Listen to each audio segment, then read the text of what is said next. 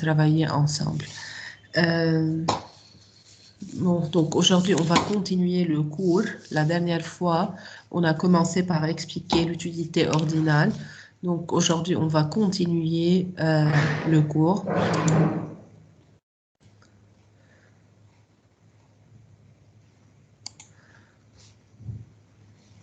Bon, vous voyez le document. Donc, j'ai mis le chapitre 1 sur Microsoft Teams, donc vous pouvez le voir. Je vais le partager avec vous quand même, et comme ça vous pouvez directement suivre avec moi. Donc, avant de commencer, est-ce que vous avez des questions? Bon, la dernière fois, si vous vous rappelez, on a travaillé les courbes d'indifférence. Regardez, c'est une courbe d'indifférence. Sur cette courbe d'indifférence, on a dit qu'on a le même niveau d'utilité. Regardez, ici, l'utilité, elle est de 25. Donc, le consommateur, s'il choisit le panier C ou le panier A ou bien le panier B, son utilité est de 25. Donc, il est indifférent, on a dit la dernière fois, je vous rappelle, il est indifférent entre le panier A, le panier B, et aussi le panier C. Tous ces paniers A, B, C lui procurent une utilité U1 égale à 25. Et on a dit que plus la courbe d'indifférence est éloignée de l'origine, plus le niveau d'utilité qu'elle procure est élevé. Et donc, regardez ici, pour U3, c'est 100. Elle est plus supérieure que 50 et aussi que 25. Donc, entre un panier ici, si je vais le mettre F, donc entre F et A, le consommateur va sûrement préférer F à A parce que F procure une utilité qui est plus élevée. Si je mets ici D, le consommateur va aussi préférer F à D. Mais il préfère D à C ou bien D à A ou bien D à B. Donc, on a expliqué la courbe d'indifférence, ses caractéristiques. On a expliqué le TMS et ses caractéristiques. Donc, on arrive ici à expliquer la contrainte budgétaire afin de pouvoir déterminer l'optimum du consommateur. Donc, la contrainte budgétaire, je vous rappelle, dès qu'on a commencé le cours de microéconomie, le consommateur désire acheter tel ou tel bien, mais il y a toujours une contrainte qui va l'empêcher, c'est son revenu. Donc, le consommateur n'a pas un revenu illimité qui lui permet d'acheter tout ce qu'il veut. Donc, il a un revenu limité qui est déterminé donc, par R. Et donc, ce revenu constitue une contrainte au consommateur. Et donc, on va commencer par définir et tracer donc le comportement. On va définir et tracer la contrainte budgétaire. Et donc, les préférences, comme je viens de dire, ne sont pas le seul facteur explicatif du comportement du consommateur. Les contraintes budgétaires limitent le choix du consommateur. Il peut ne pas acheter, disons, une voiture sophistiquée, il va acheter une Peugeot. La droite de budget, donc, par définition, et on va revenir à la définition encore une fois. La droite de budget, c'est l'ensemble des combinaisons de deux biens tels que les dépenses totales égalisent le revenu. C'est-à-dire, en fait, comme on a déjà dit avant, le consommateur, sur la droite de budget, son revenu, il est égal à 0, c'est-à-dire il dépense tout son revenu. C'est pas il est égal à 0, il va dépenser tout son revenu. Donc, tout le revenu est utilisé pour acheter les biens et services. L'épargne, on va considérer l'épargne, elle est considérée comme égale à 0, donc le revenu est dépensé totalement. Et donc, on va supposer qu'on a deux biens. X, c'est la quantité d'aliments achetés, c'est le bien aliment. Y, c'est la quantité de vêtements d'acheter. Les biens ne sont pas gratuits. Chaque bien a un prix. Donc, Px, c'est le prix d'une unité d'aliment. P de Y, c'est le prix d'une unité de vêtements. Et R, c'est le revenu total disponible du consommateur. Donc, si le consommateur achète X unités du bien aliment, donc il va payer XPX. Donc, c'est le montant des dépenses alimentaires, les dépenses en aliments. Il va acheter aussi Y unités de vêtements au prix PY et donc il va payer YPY et ce sont les dépenses vestimentaires. Et donc, La somme de XPX et de YPY, c'est le total des dépenses du consommateur en achat d'aliments et de vêtements. Et donc, XPX plus YPY doivent être égales au revenu. C'est-à-dire, tout son revenu ici est dépensé. Il est partagé entre l'achat du bien X et l'achat du bien Y. Donc, maintenant, on va tracer cette contrainte budgétaire ou cette droite de budget. On va prendre un exemple et on fera après l'exemple, on donnera toutes les explications en détail, toutes les explications nécessaires. Regardez, le bien aliment a un prix de 1 et le bien vêtement a un PY, il est égal à 2. Dans le panier A, le consommateur, il va mettre 0 aliment et 40 unités de vêtements. Regardez, on a un bien B. Dans ce panier-là, il va mettre 20 aliments et 30 vêtements. Pareil, on a le panier D avec 40, 20 et ainsi de suite. Donc, on va tracer, nous, cette droite de budget ou bien, en fait, droite de budget ou quand même contrainte budgétaire. Donc, les deux signifient la même chose. Donc, regardez. L'espace XY. Donc, vous travaillez avec moi, s'il vous plaît. Dans l'espace XY, là, on va prendre une échelle pour X et pour Y. La même échelle, là, les chiffres sont très proches. Donc, on a de 10 jusqu'à 80. On va prendre l'échelle X ici, 20, 40, 60, 80. Et là, 10, 20, 30, 40. Donc, dans le panier A, le consommateur a mis 0 aliment et 40 vêtements. Donc, 0 aliments et 40 vêtements, ceci veut dire que c'est le point A, il est là. Dans le panier B, il a mis 20X et 30Y. Donc, 20X, c'est là. Et 30Y, c'est là. Et donc, j'ai le point B. Dans D, 40X et 20Y. Donc, 40X et 20Y et je forme le panier D, le point D. Donc, ensuite, pour eux, c'est 60 et 10. Donc, 60 et 10, c'est mon point E.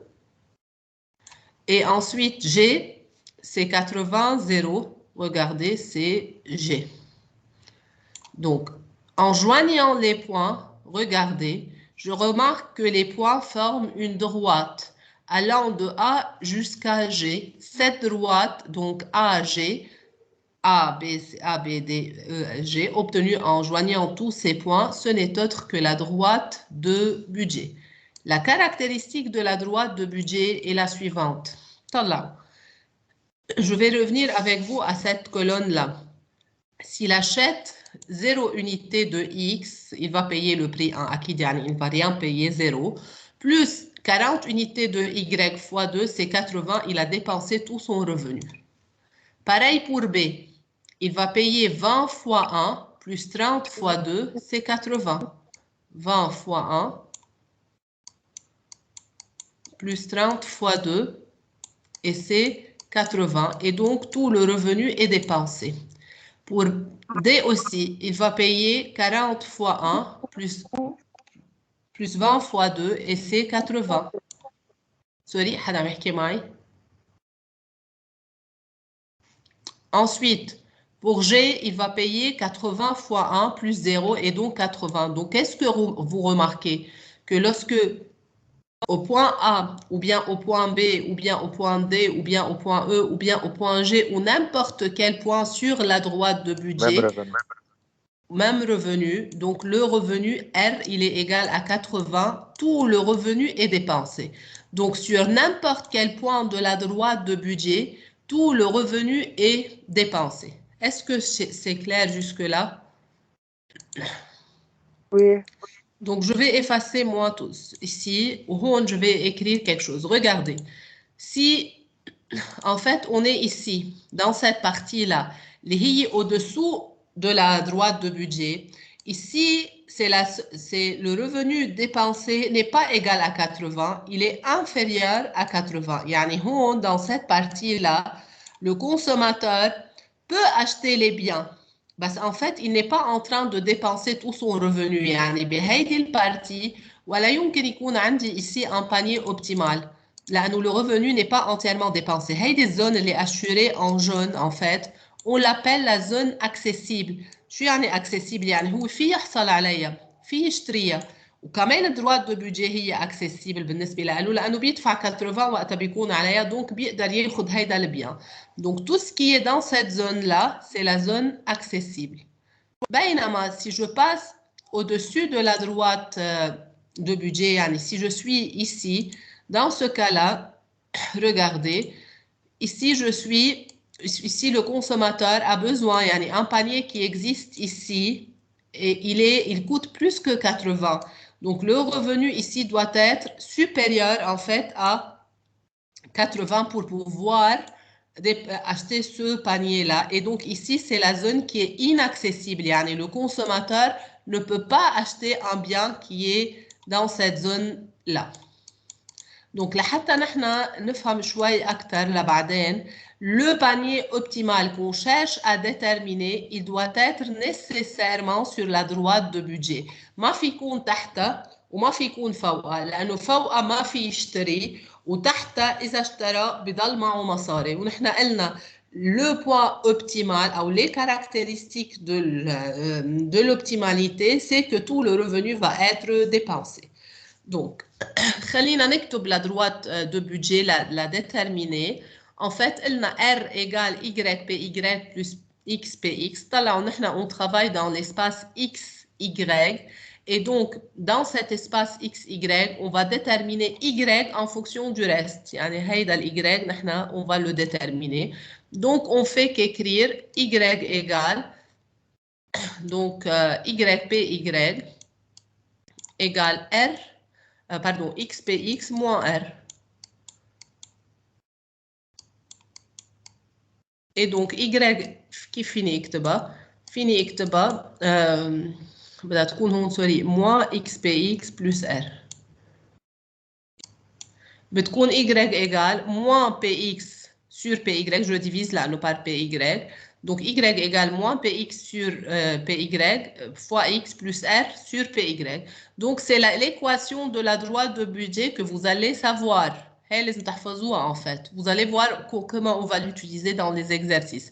Donc, c'est l'équation de la droite de budget ou bien de la contrainte budgétaire, à savoir que moins Px sur Py, ce n'est autre que la pente de la droite de budget. Yani on a moins Px sur Py, c'est la pente. La pente, c'est delta y sur delta x qui est égal à moins Px sur Py. Dans notre exemple, ça donne la valeur 0,5.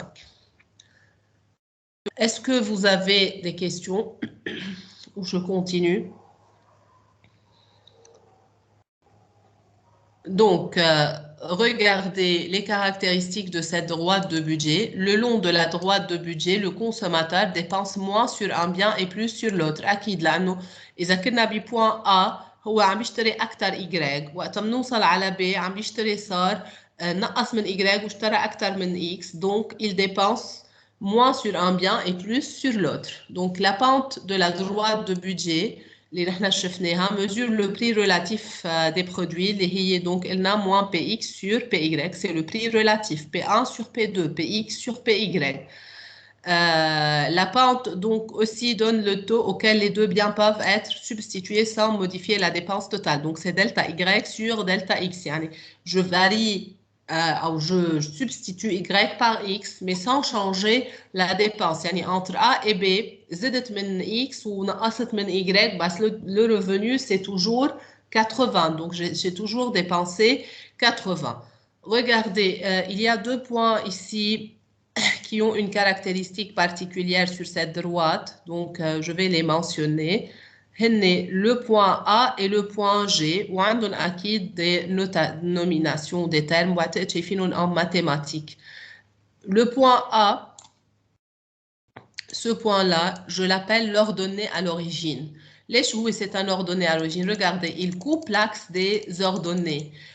c'est le R sur PY. Qu'est-ce que ça veut dire R sur PY?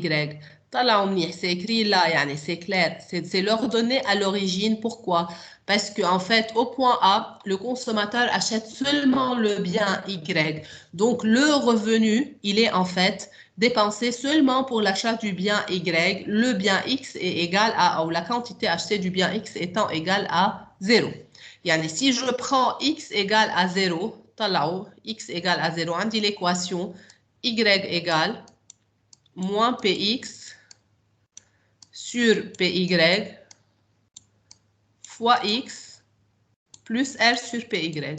Si le consommateur achète, si X égale à 0, donc ça va moins PX sur PY fois X égale à 0, donc Y égale R sur PY, c'est l'ordonnée à l'origine. Donc c'est ce qui est écrit ici. L'ordonnée à l'origine, il représente le montant maximal de vêtements que le consommateur peut acheter avec son revenu. Là, tout son revenu est dépensé pour acheter le bien A, le bien vêtement, le bien Y, donc il n'achète pas X. Pareil, de l'autre côté, je prends le point G. Au point G, c'est l'abscisse à l'origine. Là, ça coupe l'axe des abscisses X. Et donc ici, le revenu est entièrement dépensé pour l'achat du bien X. Donc, l'ordonnée à l'origine, ici, dans ce cas-là, Y égale à R sur PX. Donc, pourquoi R sur PX? Parce que Y est égal à 0. Si ici, je remplace Y par 0, je vais obtenir X égale R sur PX. Et donc, ce point-là, c'est l'abscisse à l'origine. Donc, c'est le maximum de produits alimentaires que le consommateur peut acheter avec son revenu. Il n'achète pas du bien Y.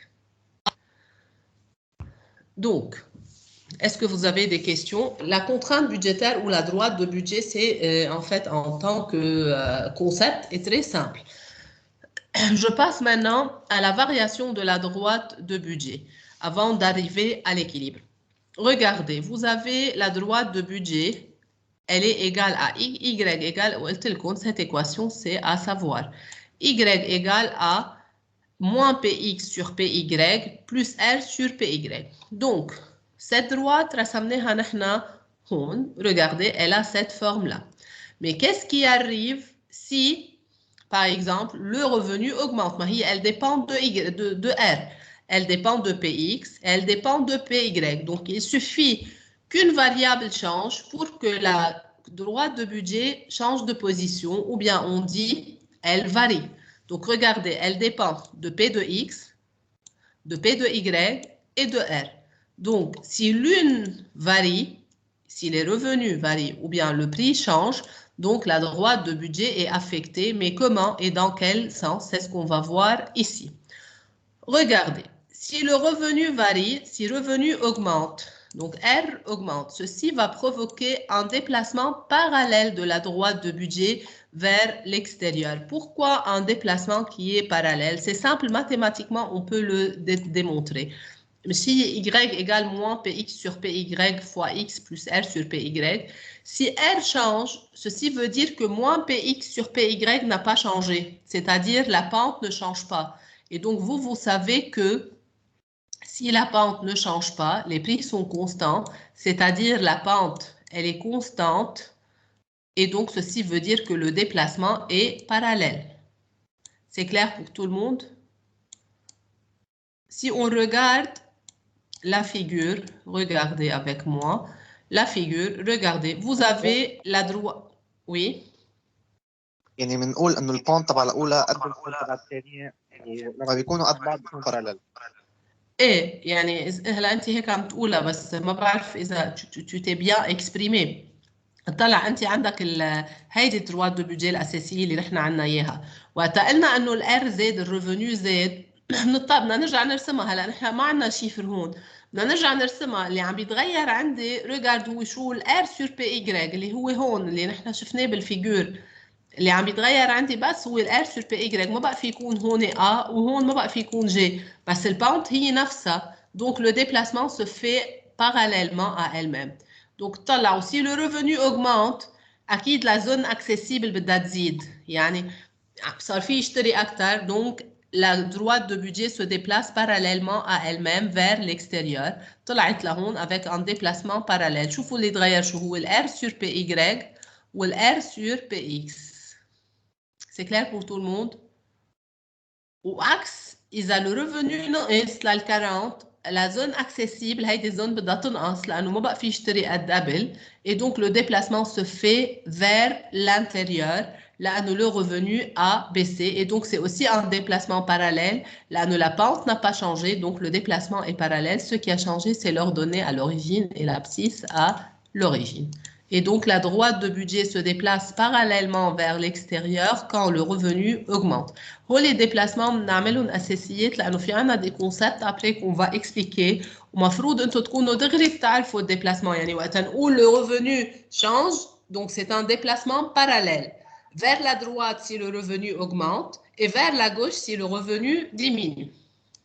C'est clair pour tout le monde?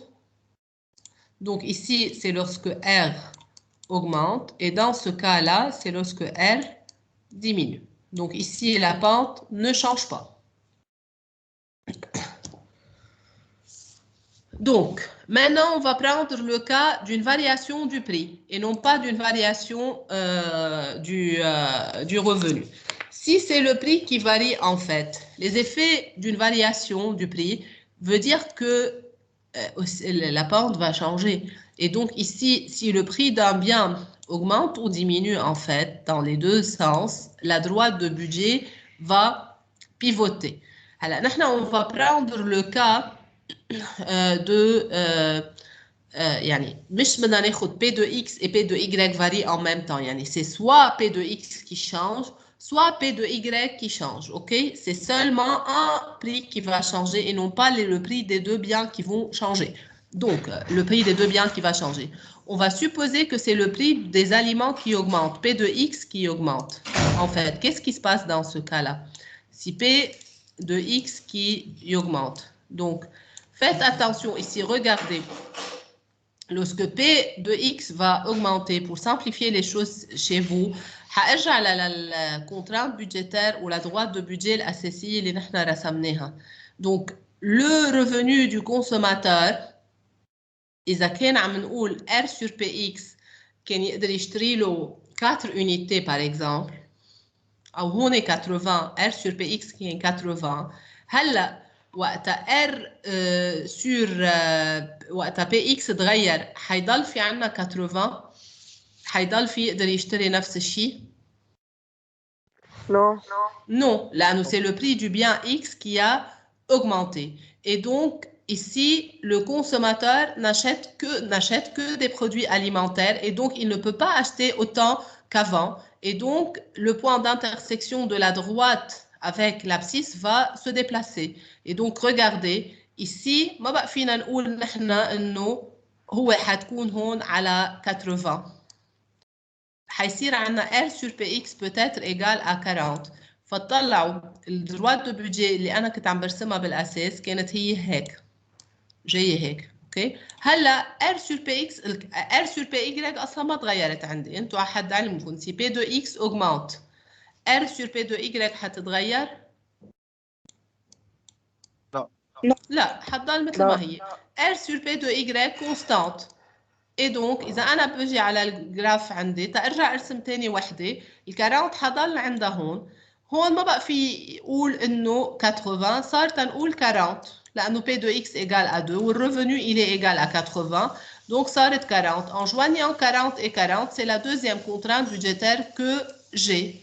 Et donc regardez j'ai un déplacement vers l'intérieur parce que c'est autour de 40. C'est un déplacement. La contrainte budgétaire pivote. Le terme pivote.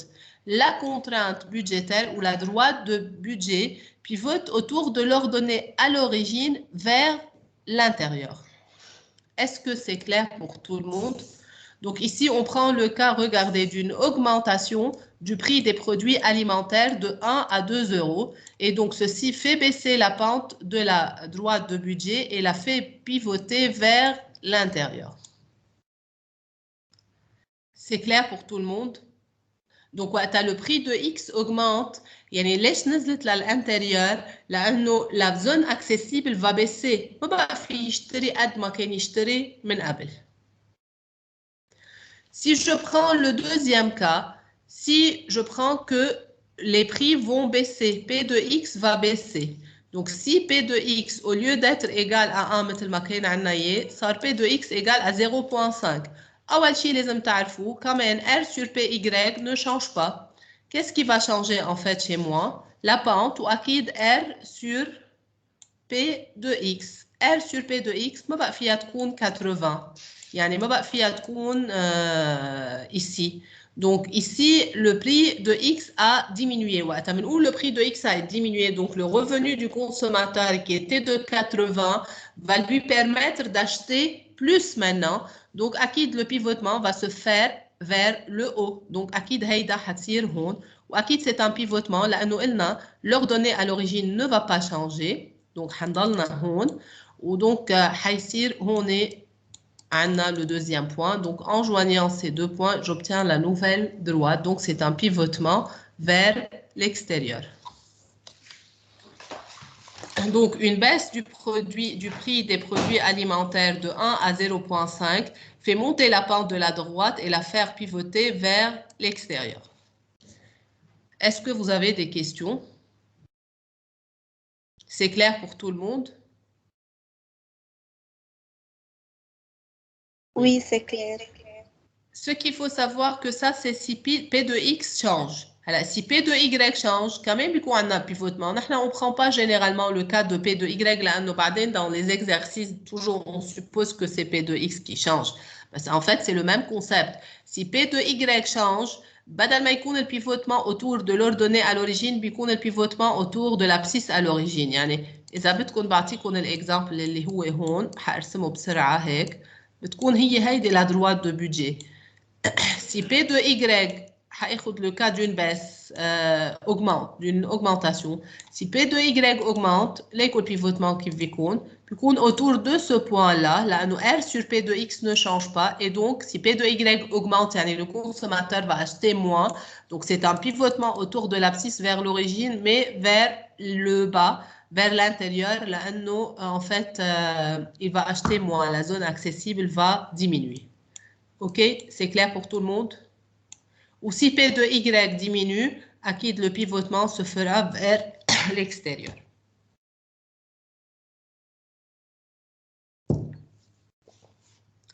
Donc, on a expliqué tout. Donc, on peut maintenant déterminer la satisfaction du consommateur et combien il va acheter de biens dans le cadre, je vous rappelle toujours, de cette utilité ordinale. Donc, on a le revenu, on a le prix des biens. En fonction du revenu, des prix des biens, des préférences des consommateurs, une fois qu'on a déterminé les courbes d'indifférence, donc on va déterminer le choix optimal de ce consommateur.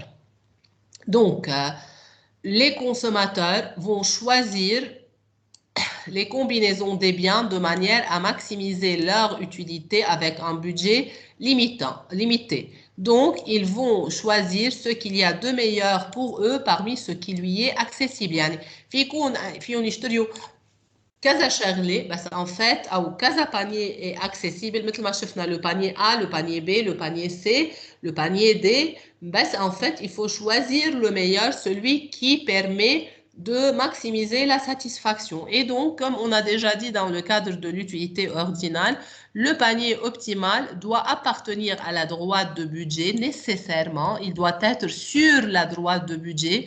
Le revenu doit être entièrement dépensé ou totalement dépensé. Et il doit fournir au consommateur la combinaison préférée de biens et de services parmi celles qui est accessible. Donc, regardez. En fait, le graphique sur lequel on va travailler, qui va déterminer le panier optimal. D'après vous, le consommateur, il préfère quel panier? D, A, A, ou bien il préfère D, A, E, C ou B? Par préférence, revenu. Par préférence, qu'est-ce qu'il préfère? Celui qui va lui donner l'utilité la plus élevée. Yani, c'est quel panier? D. D. C'est le panier D.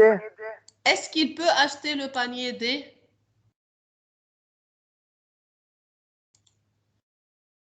selon le revenu بنقول هيك. Selon le revenu. وين le revenu sur ce graphique? أنا مبين عندي الرevenu راسمين عليك وهيدي droit de budget. هيدي droit de budget. Est-ce qu'il peut acheter des... zone inaccessible, ما في إذا. Voilà, c'est dans la zone inaccessible, donc il ne peut pas acheter des. Donc, Anna, je vais enlever des. بطل عندي des. يعني, une préférence. C'est une préférence parce qu'il n'est pas accessible. Et donc, lui, il va acheter les paniers qui sont sur la droite de budget ou qui lui procurent une certaine utilité. فبتطلعوا en fait بيكون le panier optimal, c'est le point de tangence entre la droite de budget et la courbe d'indifférence. Donc, d'après vous, où est le point de tangence ici dans notre exemple? C'est quel panier? A, voilà. Donc, le panier A, c'est le panier optimal. Le panier A, c'est celui qui va maximiser l'utilité ou la satisfaction du consommateur. C'est le point de tangence entre la contrainte budgétaire اللي نحن رسمناها et la courbe d'indifférence correspondante اللي هي منا U3 ومنا U1 لأنه U1 هي تحت الكونترانت budgétaire و U3 هي فوق الكونترانت budgétaire. Donc, le point optimal, c'est le point A. Si on va lire ce qui est écrit ici, A, B, C sont sur la droite de budget, mais D dépasse les capacités budgétaires du consommateur. Pour eux, ils n'utilisent pas tout l'argent, donc, et c'est hors sujet. A est sur la courbe d'indifférence la plus haute qui puisse être atteinte par les contraintes budgétaires. Je vais ajouter, il est là, B, كمان هو على الcontrainte budgétaire, ça doit être un point de tangence, donc le consommateur choisit A. خليني أقول لكم إنه le point A يعني قصدي الجرافيك اللي نحن عم نشوفه هيدا le cas le plus simple pour déterminer graphiquement un point d'équilibre. Donc ça, c'est une détermination graphique. وهيدا الشيء حنشوفه dans l'exercice numéro 8. OK? C'est la détermination graphique. Parce qu'il y a aussi une détermination mathématique, حنشوفها dans les exercices. C'est clair pour tout le monde, c'est une détermination graphique qu'on va travailler dans l'exercice numéro 8.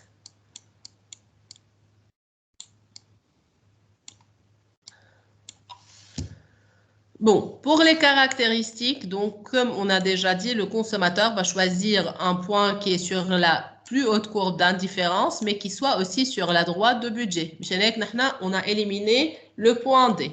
Donc, au point A, regardez sur le graphique précédent, la courbe d'indifférence est tangente à la droite de budget.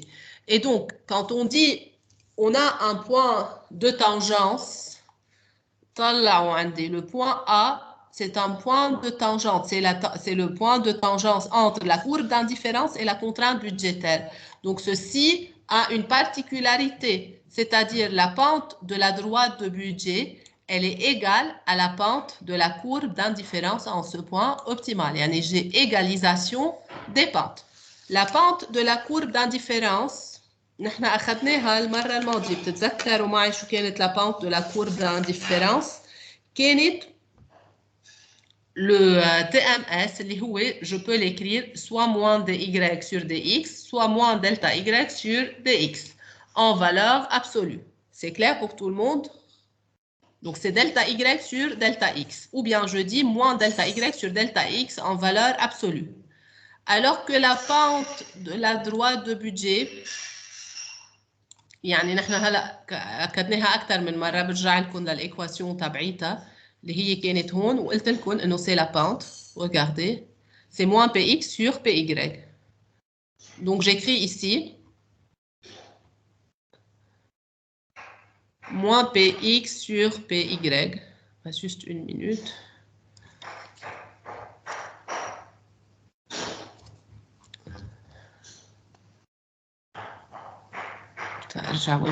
Ok, donc ici la pente, c'est moins px sur py.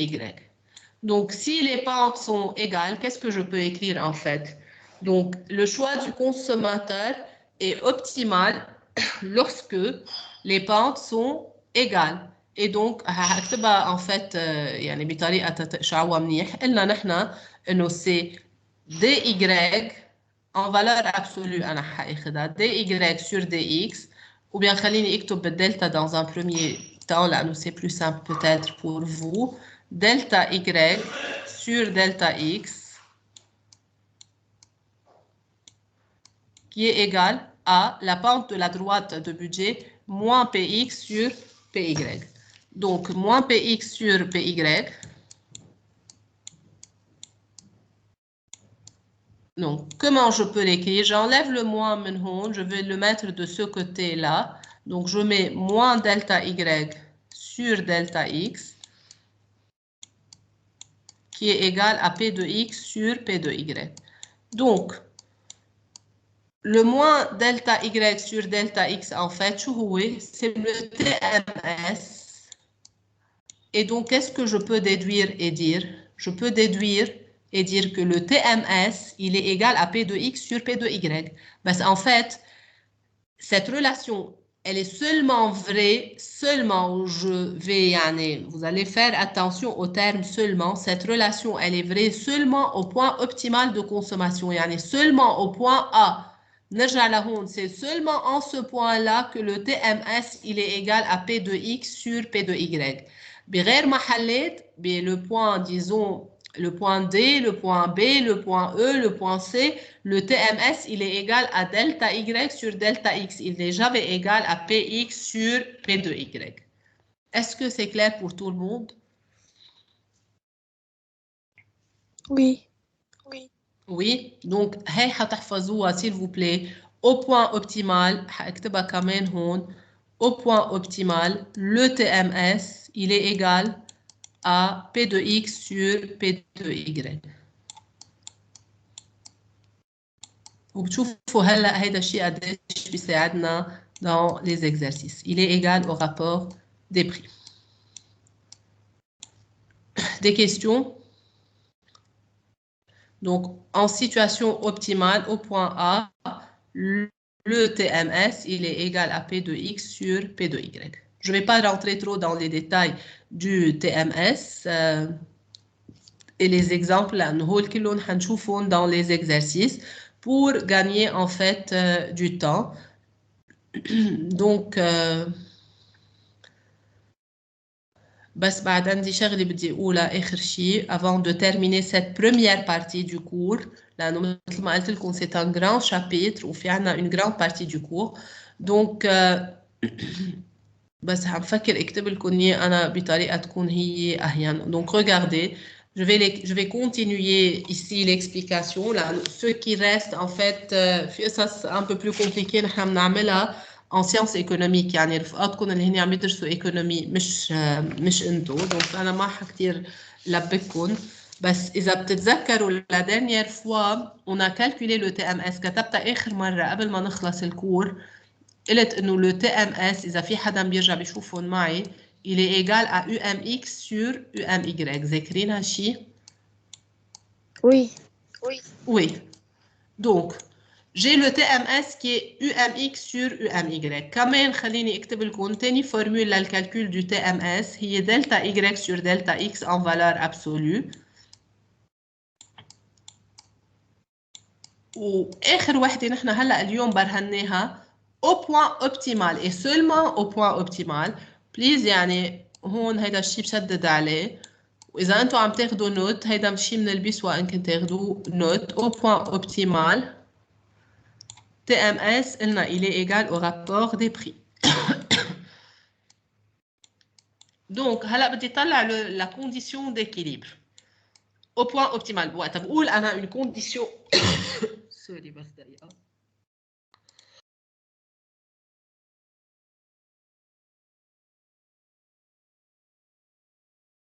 وقت بقول le condition d'équilibre يعني أنا je suis sur le point optimal يعني au point optimal pas sur le point optimal يعني au point optimal. La condition d'équilibre est la suivante. Au point optimal, regardez, j'ai le TMS qui est égal au point optimal, il est égal à P de X sur P de Y, au point optimal.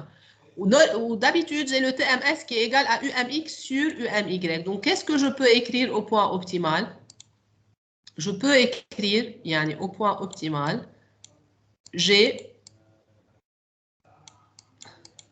UMX sur UMY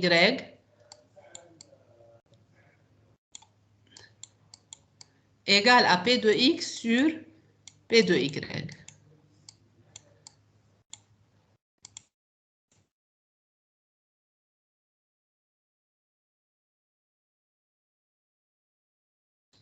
Donc, UMX sur P de X,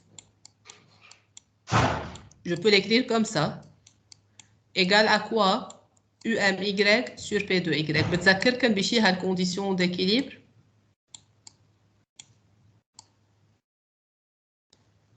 هيدي نفس الكونديسيون d'équilibre اللي أخذناها dans l'utilité cardinale وقت عملنا les exercices 1 et 5 إذا بتتذكروا. Donc, الشيء اللي بدي أقول لكم إياه إنه qu'on est en utilité cardinale ou en utilité ordinale, les conditions d'équilibre sont les mêmes. Au point d'équilibre, on a le rapport des utilités marginales pondérées par les prix qui sont égaux et on a le revenu qui doit être entièrement dépensé. Donc, c'est la première condition d'équilibre 1. Et la deuxième condition d'équilibre, le point optimal doit être sur la droite de budget. Donc, Y égale à moins PX sur PY, ou bien tout le revenu doit être dépensé. Y égale moins PX sur PY. Sous la forme de R. Donc, R égale. Entre-temps, quelqu'un a une question?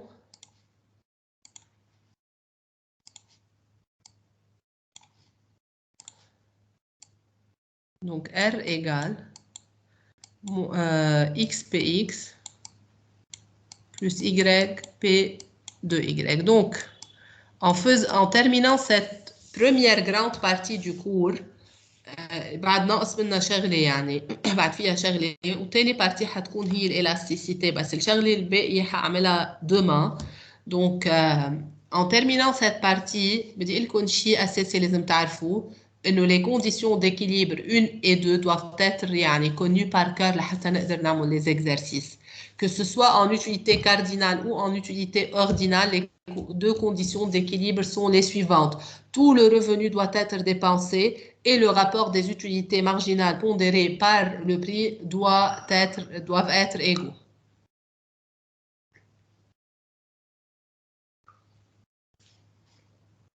Des questions?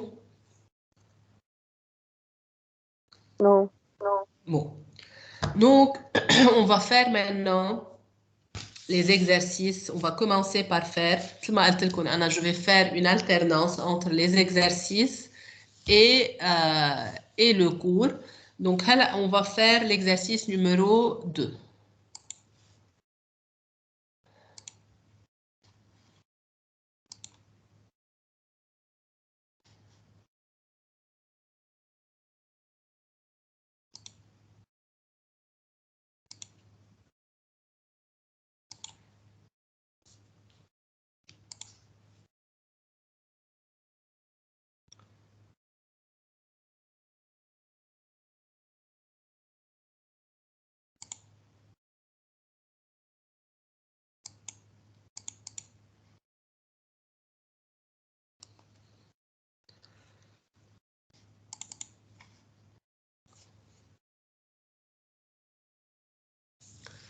Donc, on va attendre une minute.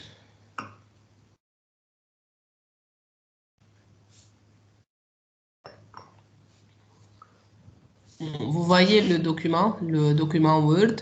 Donc, exercice 1, c'est fait. 2, maintenant, on va faire. Le 2, il est simple et il est rapide. Ça concerne une caractéristique qu'on a déjà expliquée des courbes d'indifférence. Donc, vous voyez l'exercice 2, je pense. Regardez.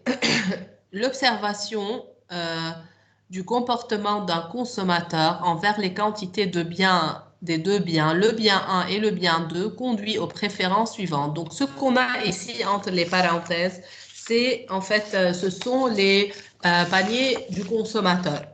Donc, donc, on a le panier qui est composé de 5 unités du bien 1 et le panier qui est composé de 9 unités du bien 2. Donc, entre le panier 5, 9 et le panier 4, 10, le consommateur est indifférent. هلا نحن بنقدر نعرف ليش indifférent. طلعوا لأنه entre le premier panier et le deuxième panier, شو عمل le consommateur? Il a baissé la quantité du bien 1 ou il a augmenté la quantité du bien 2. Donc, ceci lui permet de rester sur la même courbe d'utilité. En comparant ce panier 5, 9, disons, avec le panier 2, 10, بيطلع qu'il préfère 5, 9 ou bien 4, 10 à 2, 10. Pourquoi? Là, nous, le panier, en fait, 5, 9, في أكتر بكتير X من le 1, le bien 1, من le panier 2, 10. Ou pareil, 0,12, ما عنده, en fait, ما عنده bien 1, ما عنده consommation de bien 1, qu'il le bien 2. Et donc, lui, il va préférer le premier panier. Et pareil pour tout ce qui est là, c'est la même explication. On vous dit par transitivité, trouvez 5 relations de préférence vérifiant que l'hypothèse de monotonicité. J'ai déjà expliqué, moi, l'hypothèse de monotonicité dans le cours.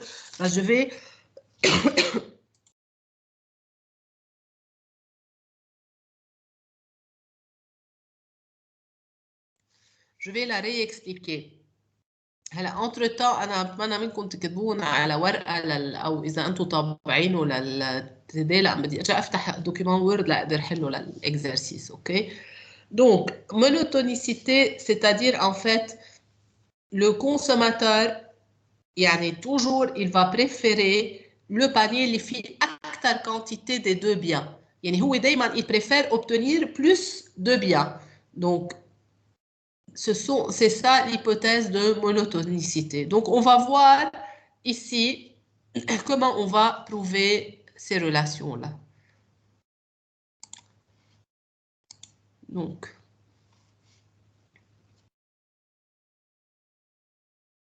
في وحدة يعني على القليل هو بده يكون في بالبانيه يا اما les deux biens أكثر يا اما في bien في أكثر من الثاني والا cette hypothèse n'est pas vérifiée. هلا في وحدة هي دغري مبينة عندكم qui vérifie l'hypothèse. Donc,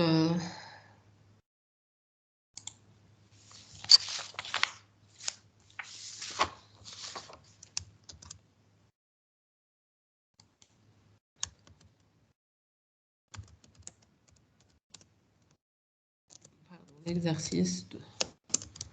Donc, regardez. أول panier qui est vérifié هعمله أنا وياكم يمكن تعرفوا شوي الفرق. عم نقول entre le panier 5, 9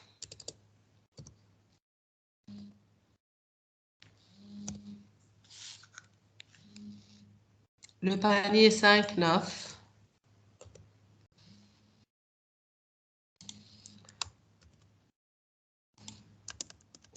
le panier pardon 5 10 نحن عم نقول أنا il préfère هن عم بيقولوا لكم il préfère le panier 5 10 au panier 5 9. طلعوا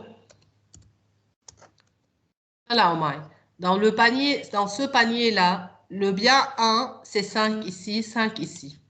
Donc il préfère dans le panier A ou 2 dans le panier A ou B on a la même quantité du bien 1. بينما dans le premier panier, عنده plus de Y, plus du bien 2 que dans le panier 2. Donc, est-ce que ça vérifie l'hypothèse de monotonicité? Donc, ce panier vérifie l'hypothèse. Oui, donc vérifie l'hypothèse. هلا بدكم تلاقوا غيرن هيدي دغري مبينة عنا بس في منهم بدنا نعمل لهم déduction par transitivité.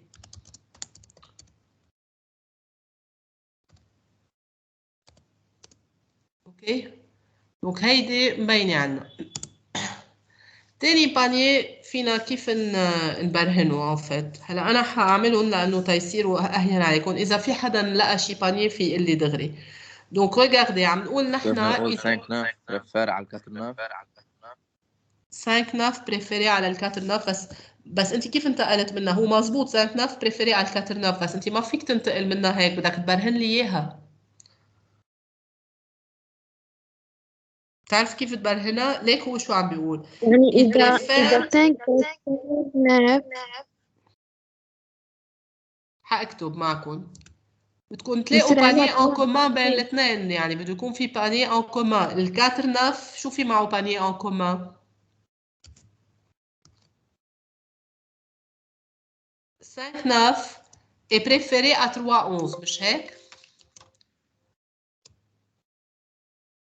نعمل ديدكسيون بالنسبة لأول أو تاني سطر عندكم اياه. ما عندنا 5 9 préféré à 4 10 préféré à 3 11.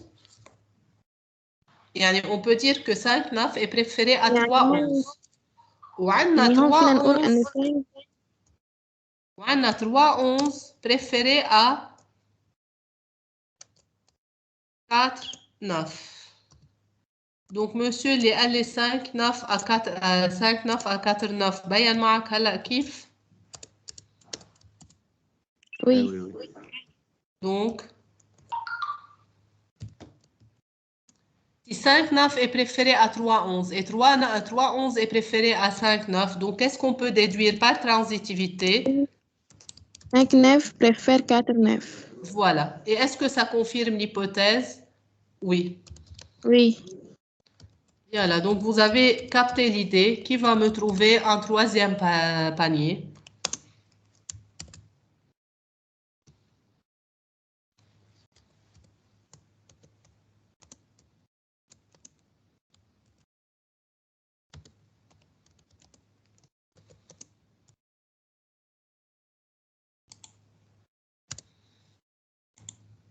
في عنا 4 10 و 3 11.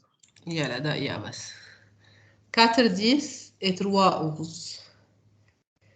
كيف بدك تجيبيها 4 10 et 3 11؟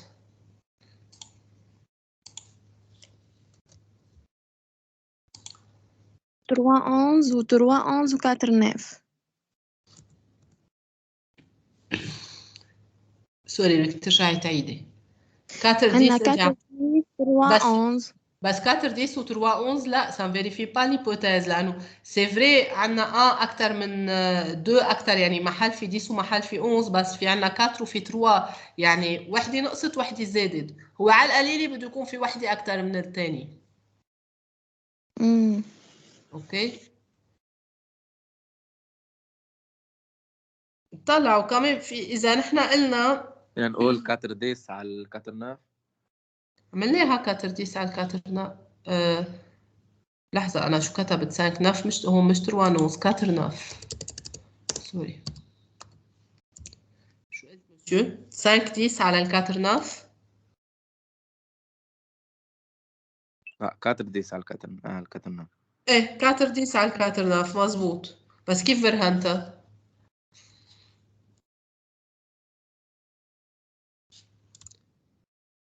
كاتر 10 على ال 4 9 بدك تلاقي بريفير 3 11. ايه و 3 11 بدك تلاقي بانيه ان كومان بيناتهم. 3 11 اكبر من 4 9 بيطلع 4 10 اكبر من 4 9 صح. هذه هي كنت عم اقول لك عليها انا. يعني انا ما فهمت عليكي هيك. 4 10 est préféré à 3 11.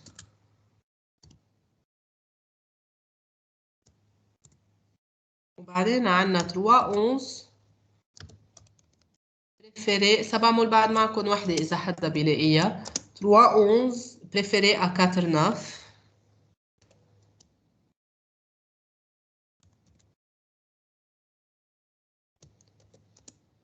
Donc par transitivité,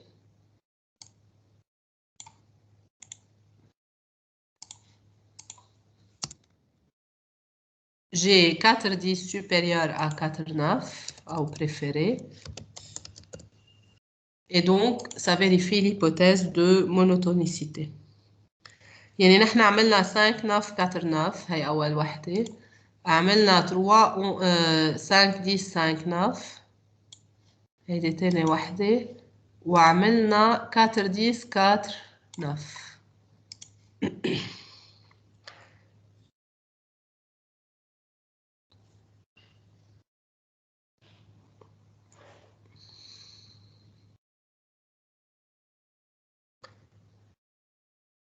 في 5 10 4 9 5 10 5 10 4 9 5 10 4 9 مظبوط لأنه الاثنين أكتر.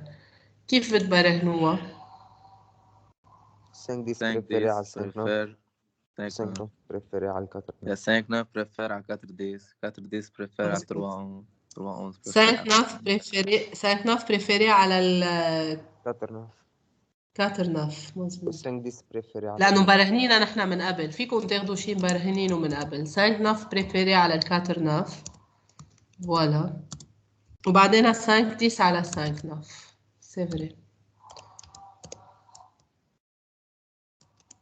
خليني اقول لكم انه كل اللي عم تابع معي واللي عم بيفهم سواء بيشارك او لا او بيعطيني يعني جواب او لا، يعني بيقولوا بس اللي هو هلا عم بيفهم شو عم بيصير وعم بيقدر يجاوب، يعني شوية شغل منكم بالبيت لتضلوا متذكرينهم، بتعتبروا انه الماتير كتير هينة لحتى تمرقوها، بس اللي ما حيكون متابع واخر النهار مثل ما قلت لكم حضل ذكركم فيه ما بيقدر يعمل en fait révision à la veille de l'examen du tout le programme de microéconomie لانه حتشوفوا انه هو تقيل، يعني منه هين هيك بسهولة لحتى تمرقوه. اوكي هو منه صعب بس في كتير كونتيتي، رح تشوفوا كونتيتي دو كور دانفورماسيون ديكزرسيس اتسيتيرا بتصير صعبة الاسيميلاسيون à la veille de l'examen. Donc بنكون صرنا 5 10 supérieur à 4 9. Donc c'est bon. Des questions?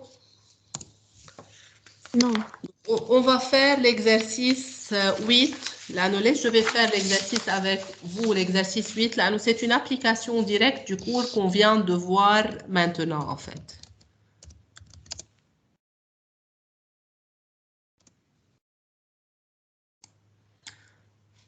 Donc, pour l'exercice 8, là, on va revenir à l'exercice.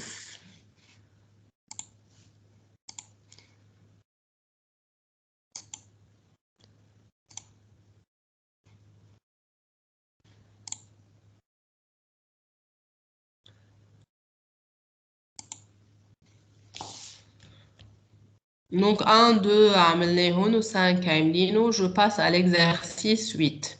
Donc, regardez, l'exercice 8, le tableau suivant décrit deux niveaux de satisfaction provoqués par les différentes combinaisons des deux biens X et Y pour un consommateur. Donc, regardez ça, tu vois le tableau avec U1 qui est composé en deux biens X et Y avec les quantités correspondantes. Ici, on est dans le cas d'une utilité ordinale avec un cas discret. Là, vous avez un tableau avec les différentes valeurs. Donc, qu'est-ce que ça veut dire si on va lire ensemble ce tableau? Yani, si le consommateur achète un panier de 10X et 120Y, l'utilité correspondante est U1. S'il achète un panier avec 20X et 60Y, l'utilité est aussi U1. 50X et 20Y, c'est U1. Et 100X et 10Y, c'est aussi U1. S'il achète un panier avec 30X et 160Y, donc dans ce cas-là, l'utilité, c'est U2, ce n'est plus U1. 50, 100, c'est U2. 140, c'est U2. 60, 20, c'est aussi U2. Donc, c'est clair pour tout le monde? Donc, la première question, on vous demande de tracer les courbes d'indifférence. Donc, ici, combien de courbes d'indifférence vous avez? 2, U1 ou U2? 2. U1, U2. Donc, on va les tracer ensemble. Donc, pour faire ceci, je vais ouvrir un whiteboard pour la première fois. Comment on le dessine. هلا الوايت بياخد شوي وقت أكتر لحتى يفتح.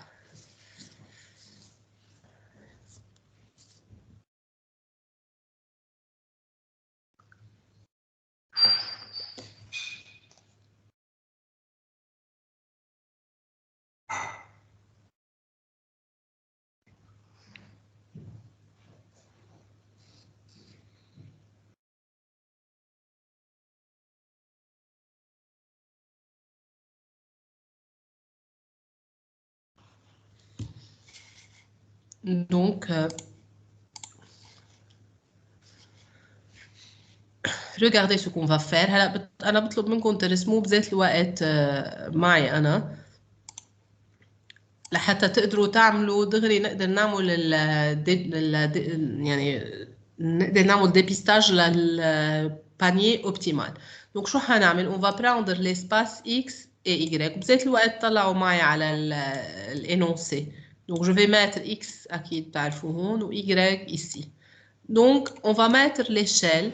هلا je vais travailler une échelle détaillée. لسبب لحتى نقدر لأنه هون حتكون يعني une petite échelle مش une grande échelle لسبب إنه on va déterminer graphiquement le point optimal. فإذا كانت الإشالة كبيرة ما بتقدروا تعملوا دغري يعني ما بيبين معكم exactement le point d'équilibre. هلا نحن عندنا des valeurs pour U1 qui vont de 10 jusqu'à 120 هي هينة علينا هون. بينما بال U2 de 30 jusqu'à 260 بس هي وحدة ل 260. Donc, je préfère faire avec vous 10, يعني 10, 20, 30 jusqu'à 160. Donc, please, إذا فيكم ترسموها معي 10, 20, 30, 40, 50. هلا أنا يعني يمكن ما أقدر أوصل معكم لل 260 بس ça va donc. Donc, c'est comme ça.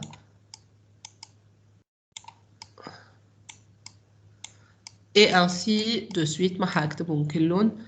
Donc 10, 20,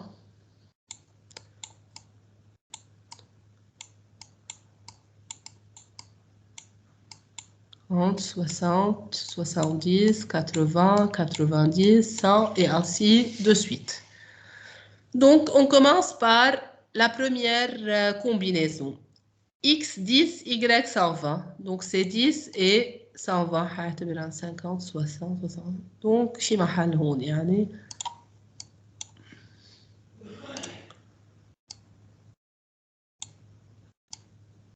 حاعتبره هون. Donc c'est le premier point.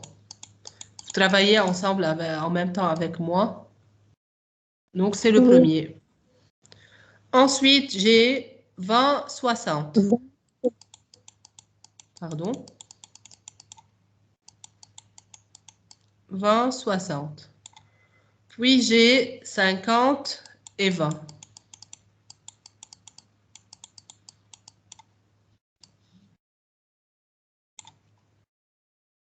Ensuite, j'ai 110. 100 et 10, voilà.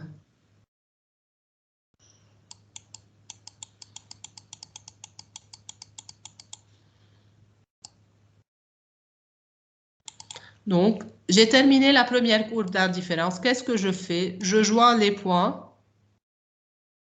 في لكم شغله انه انتم فيكم ما توقفوا بس عند البوان، فيكم تعملوا برولونجمون. ليش؟ لان نحن بنعرف لا فورم دو لا كورب d'indifférence.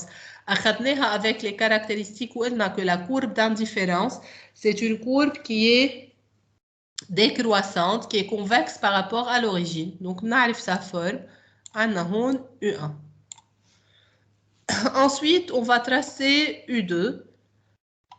Pour U2, c'est 30 X 160 Y. Donc 30 avec 160. يعني هلا أنا الإسباس عندي ما بقى كتير يبين بس إنه أنتم مفروض تحطوهم صح. أوكي. 50 100.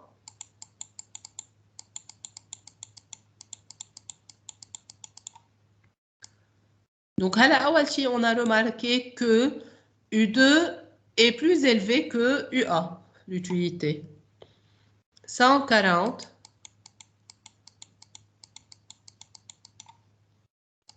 بعدين j'ai 160 donc هنمحي شوي هون.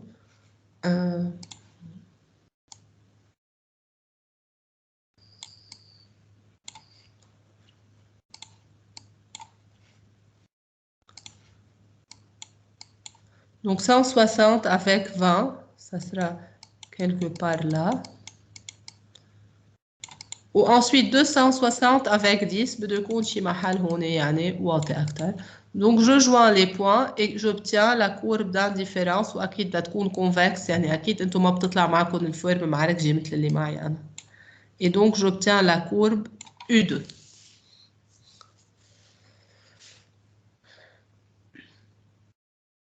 C'est clair pour tout le monde? Oui. Bon. Oui.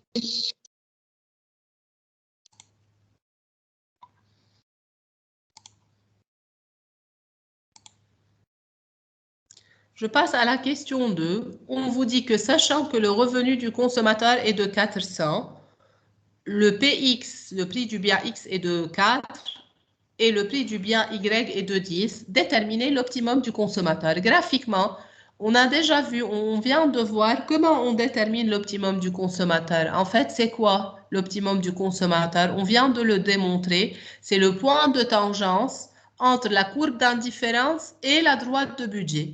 On a déjà tracé la courbe d'indifférence. Qu'est-ce qu'il nous reste à tracer? La contrainte budgétaire ou bien la droite de budget. Les informations qu'on a et les données qu'on vient de nous donner nous permettent de tracer la contrainte budgétaire. On a le revenu, on a P de X et on a P de Y et donc on va tracer la contrainte budgétaire. Alors, donc,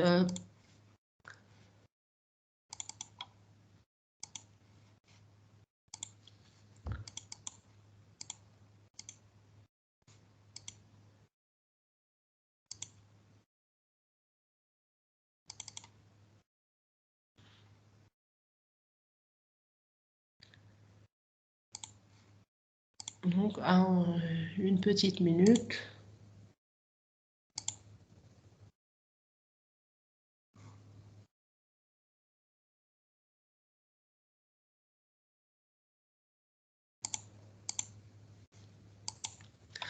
Donc, la deuxième question. Si R égale à 400,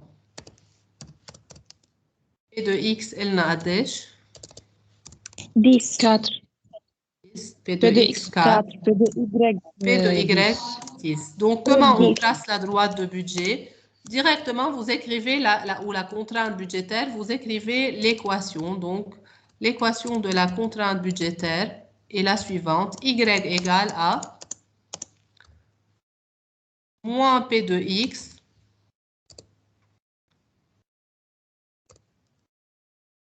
sur P de Y. يعني هي بتكون تحفظوها مثل اسمكم. Fois X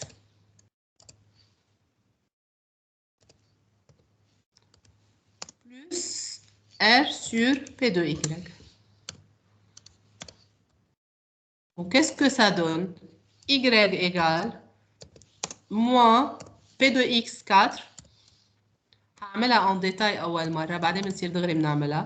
Moins 4 sur 10 fois X plus R qui est de 400 sur combien? Sur P de Y 10. 10. Et donc, ça donne Y égale donc moins 2/5 X plus 40. C'est clair pour tout le monde? Oui. Donc, moins 2/5 X moins 2 sur 5X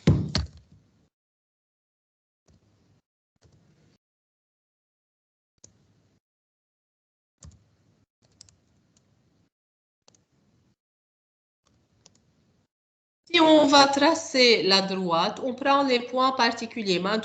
C'est une droite en fait. Si c'est une droite, je prends si x égale à 0. Y égale 40. Y égale à 40. Inversement, si x égale à 0, y égale à 40. بعدين, le deuxième point particulier, si y égale à 40, x égale à combien? مين عم يعمل الكالكول؟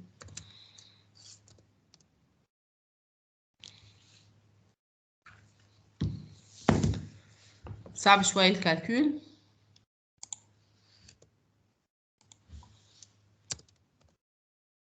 في طريقة أهين تعملوها. بتعرفوا إنه نحن عم نقول سي إكس إيجال à 0 يعني الكونسوماتور ما اشترى إلا أي بيان. Y. يعني Y dans ce 40. cas-là, Y, c'est اللي هي 40 هي R sur P de Y ordonnée à l'origine اللي شفناه. وهون si X égale à 40 بدل ما تروحوا تحطوا ال Y égale 0 وتعملوا moins de 5e X plus 40 égale à 0 et donc dans ce cas-là etc. tout ça. وقتها بنقول Y si Y égale à 0 أنا ما بعرف ليش كتبت 40 سوري. Si Y égale à 0 donc dans ce cas-là X c'est R sur P de X. لأنه ما اشترى بالرevenu تبعيته إلا le bien X. Donc, c'est 400 sur 4 et c'est 100. Donc, est-ce que j'ai trouvé les ordonnées de la droite de budget, de la droite budgétaire? يعني عندي Y 40 ou X 100 وبرسمها. Je reviens à mon, à mon graphique.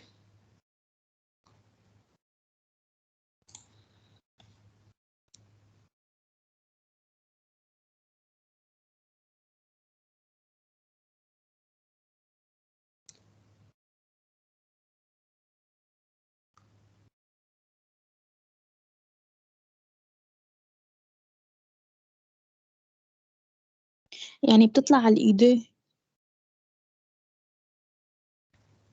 تطلع على الU2 ايه هلا انت ببين معك اكثر مني انا لانه انا ما عندي يعني هلا هون دونك قلنا بس في حدا بس يساعدني يقول لي الY قديش كانت 40 ولا 100 Y 40 Y 40 والإكس 100. والإكس 100. نجمعهم وين بتطلع؟ على الU1 مش على بتطلع الU2 على الU2. على الU2 وي الX 40 على الU1 إذا الX 40 والY 100 بدها تطلع على الU1 ما فيها تطلع غير على الU1 هي الإجرك هي الإجرك 40 الY 40 والY 40. اوكي اذا الY 40 اوكي انا عندي الكوريجي بس صراحه ما عم بلاقيه دونك je vais faire confiance يعني à vous اذا الY 40 donc je vais effacer ce qui est en rouge là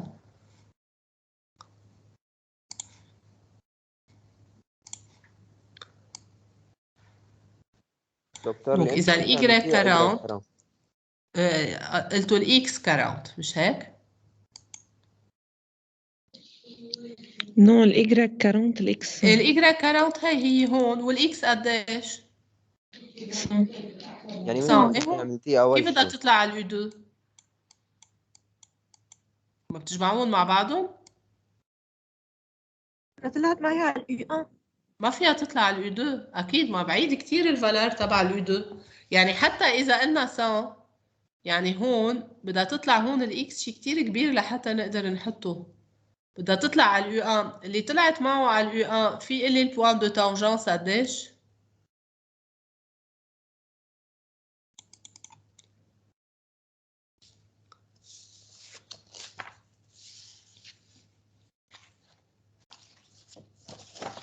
اللي طلعت على الU1 s'il vous plaît وين بيطلع 50 20 الإكس 50 تطلع Y 20 و X 50 voilà حسميه E c'est X 50 et Y 20 وتتأكدوا من جوابكم بتروحوا على التابلو بتطلعوا بالتابلو la combinaison 50-20 est-ce qu'elle existe بتشوفوها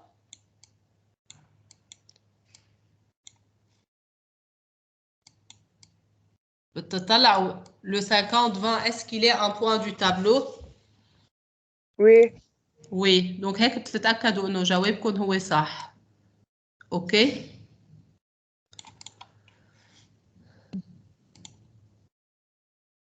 Donc, le point optimal, أنا حاجة أكتبها بعدين بس إذا نسيتها le point optimal, vous allez dire c'est le point E de coordonnées 50-20 c'est le point de tangence entre la droite de budget حسميها هون CB et la contrainte et la courbe d'indifférence U1 c'est clair pour tout le monde هون c'est CB donc je passe à la question 3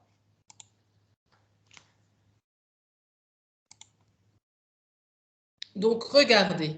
Le bien Y est subitement divisé par 5. Commentez l'évolution de la situation. بعدين هون عم بيقولوا décomposer en deux biens, ça on va le faire après, demain. Avant le prix du bien Y, on a dit qu'il est subitement divisé par 5. Yani, le prix de X n'a pas changé, le revenu n'a pas changé. Ce qui a changé, c'est le prix de Y qui est divisé par 5. Yani, au lieu de 10, il est maintenant égal à 2.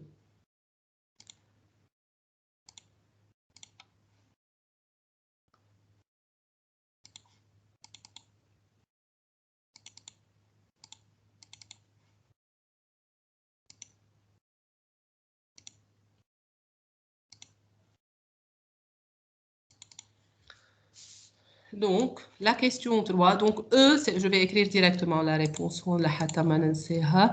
Donc, E, c'est le panier optimal 50-20. C'est le point de tangence entre CB, la contrainte budgétaire, et U1, la courbe d'indifférence U1.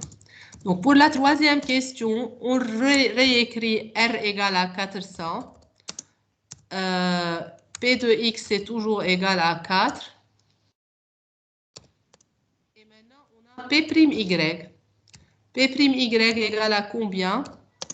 10 sur 5. Et donc, c'est 2. Donc, qu'est-ce qui va changer? Oui. Sorry. Un point de tangente entre jour? Entre la contrainte budgétaire CB et U1. Point de tangence entre contrainte budgétaire et U1. Oui. Donc, انتوا شفتوا انه c'est le prix de X qui varie. هلا هون مسابق انه عندكم الارقام فيكم تحلوها بس نحن شفنا les déplacements quand le prix d'un bien varie يعني on a un pivotement et lorsque le prix a diminué يعني عندنا un pivotement vers la droite vers le haut. يعني droite de budget اللي رسمناها elle va pivoter autour de l'abscisse à l'origine vers le haut. يعني أكيد هالمرة حتوصل لل U2 لأنه lorsque le prix du bien Y a diminué معناتها هيدا le consommateur il peut maintenant acheter plus donc il est plus satisfait et donc il va atteindre une utilité qui est plus élevée. Donc ce que je vais faire, je vais retracer la contrainte budgétaire donc cette fois-ci. Donc هنكتب Y maintenant هكتبها CB'. ليش CB'? لأنه en fait le prix a changé donc c'est la nouvelle contrainte budgétaire. CB' égale moins P de X sur P'Y. Donc P de X c'est 4 et P'Y c'est 2 donc c'est moins 2X plus le R c'est toujours le même en fait c'est 400 sur non c'est différent là c'est sur P de Y c'est 400 sur 2 et donc c'est 200. C'est clair pour tout le monde? Donc on va tracer cette petite roi, le prix de Y a baissé. Il a été divisé par 5.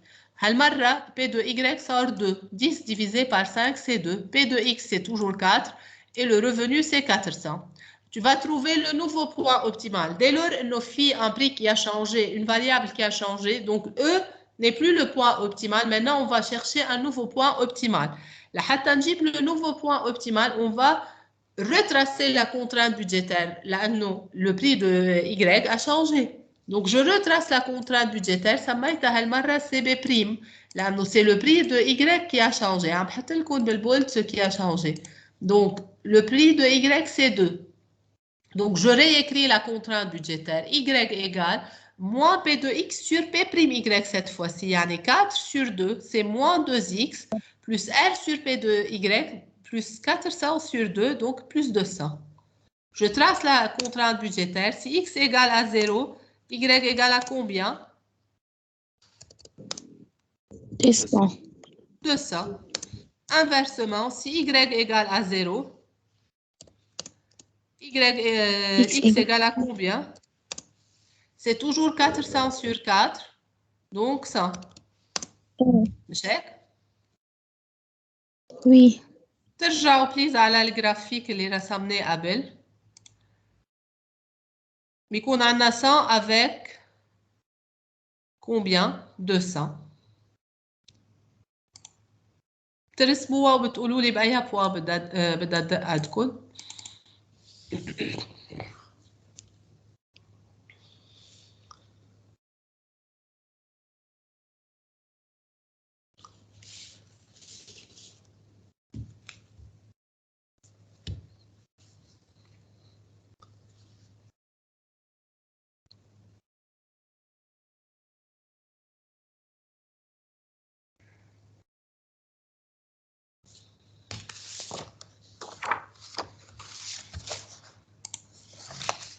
Donc, X c'est toujours 100 وهلا الY شو قلنا 200. هلا أنا مستحيل تزبط عندي لأنه الجراف عندي منه ظابط.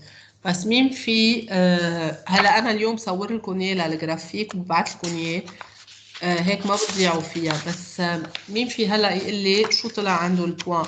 يعني أول شيء راحت الوايت بورد حأرجع أحطه.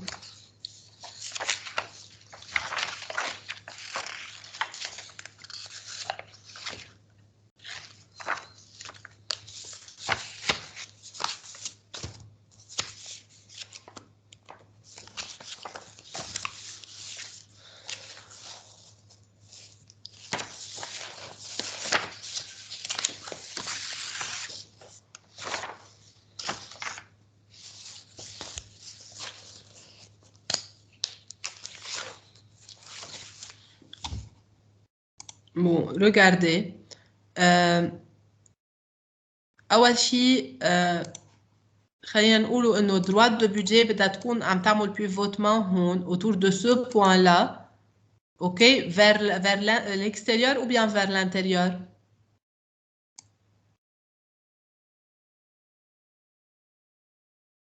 بدها تطلع لفوق شي محل هيك، اوكي. حدا رسمها وطلع عنده البوان؟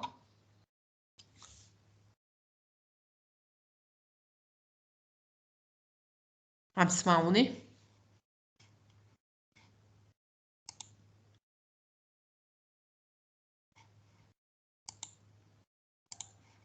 Vous m'écoutez? Oui, madame. اوكي، حدا رسمها للكورب la droite de budget CB prime؟ وي عم بسمعك رياض. في شي بدك تقوله؟ X 70 à 60 اوكي. Y 100. X Y100 ou X50. Voilà. Donc, qu'est-ce que vous avez constaté? Que le point d'équilibre a changé. Ça rend un point optimal qui est nouveau, c'est E'. Donc, en passant de E à E', ça rend le consommateur حيضل يشتري 50 unités de X, بس il a acheté plus de Y. مش هيك؟ كان عنده 20, صار عنده 100. Donc, le fait que le prix de Y a baissé, ceci a permis au consommateur d'acheter plus de Y et d'atteindre une utilité qui est plus élevée. بدل ما بقي على الU1 صار على الU2. Des questions?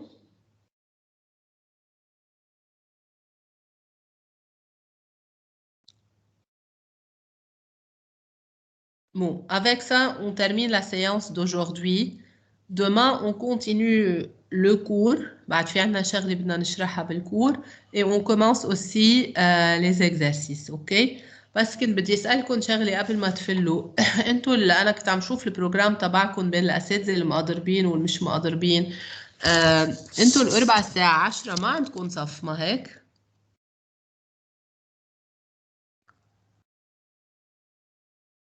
نو. اوكي. هلا انا عم فكر انه نحن بناخذ الاربعاء هيدا والاربعاء اللي جاي بناخذ كور دو ميكرو ايكونومي نحن، لانه هيك بناخذ ساعات من هلا اكثر. فانا بس خلص الكور بتوقفوا هيك بنشيل عنكم شوي، من وقتها بيرجعوا الاساتذه المتعاقدين على التعليم. يعني la semaine prochaine on fera une séance supplémentaire mercredi à 10h. بكره برجع بذكركم فيها. اوكي. Ok. Ok. Donc, merci pour aujourd'hui et à demain. Merci.